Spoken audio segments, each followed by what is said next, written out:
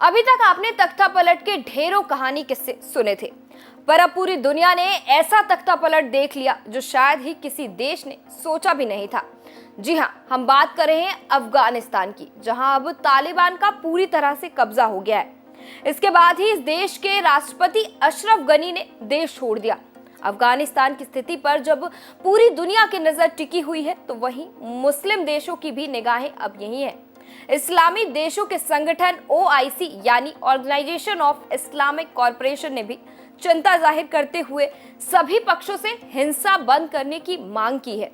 साथ ही अफगानिस्तान में शांति बहाल करने पर जोर दिया गया है। दूसरी तरफ ये भी खबरें हैं कि पाकिस्तान और चीन ने तालिबान के साथ खड़े होने का वादा किया है। ऐसे में सबसे बड़ा सवाल यही है कि अफगानिस्तान और तालिबान के बीच इस संघर्ष में इस्लामिक देशों समेत दूसरे देशों का रुख क्या है, कौन किसके पक्ष में खड़ा है और कौन किसका विरोध कर रहा है। सबसे पहले बात कर लेते हैं पाकिस्तान की। वैसे तो पाकिस्तान अफगानिस्तान विवाद में पाकिस्तान को पड़ोसी के तौर पर देखा जाता है। ताजा बयान में पाकिस्तान के विदेश मंत्रालय के प्रवक्ता जाहिद हफीज चौधरी ने कहा है कि पाकिस्तान अफगानिस्तान की स्थिति पर गहरी नजर बनाए हुए है। उनका कहना है कि पाकिस्तान सियासी समझौते की कोशिश का समर्थन जारी रखेगा। उन्होंने अंदरूनी सियासी संकट को हल करने के लिए मिलकर काम करने की उम्मीद जताई है। इसके साथ ही पाकिस्तान के प्रधानमंत्री इमरान खान के मुताबिक अफगानिस्तान में उनका कोई पसंदीदा नहीं है, ना वो तालिबान के साथ है, ना ही अफगानिस्तान के।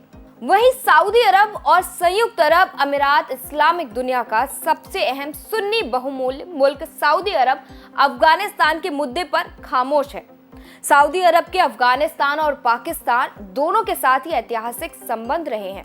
इसके साथ ही बात किसी से नहीं छिपी है कि सऊदी अरब ने तालिबान से भी संबंध बना रखा है। हालांकि 2018 में कतर में तालिबान और अमेरिका के बीच होने वाली बातचीत शुरू होने के बाद उसने खुद को इससे दूर रखा था। इतिहास की बात करें तो 1980 से 90 के दशक में रूस के खिलाफ सऊदी अरब ने अफगान मुजाहिदीनों का समर्थन किया था, लेकिन वर्तमान संकट पर खुलकर वो कुछ नहीं बोल रहा है। यही हाल संयुक्त अरब अमीरात का भी है। उसने अफगान विवाद से अभी तक दूरी बना रखी है। अगर बात करें कतर की, तो कतर मुस्लिम दुनिया का छोटा सा देश कतर अफगान विवाद में अहम भूमिका निभा रहा है, क्योंकि तालिबान का सियासी दफ्तर कतर में है। अमेरिकी समर्थक देश कतर ने अपनी जमीन पर तालिबान अमेरिका से बातचीत के लिए ठिकाना और सियासी सुविधाएं उपलब्ध कराई हैं।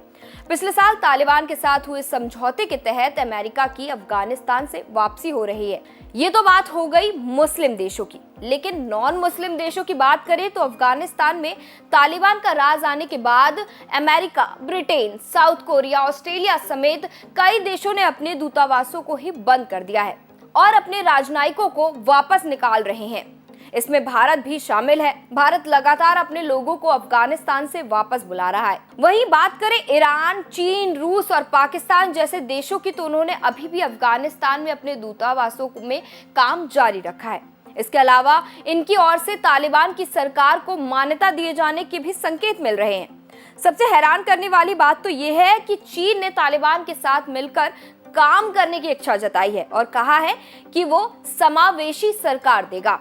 चीन ने कहा, हम उम्मीद करते हैं कि तालिबान अपने वादे पर खरा उतरेगा और देश में खुली एवं समावेशी विचारों वाली सरकार बनाएगा।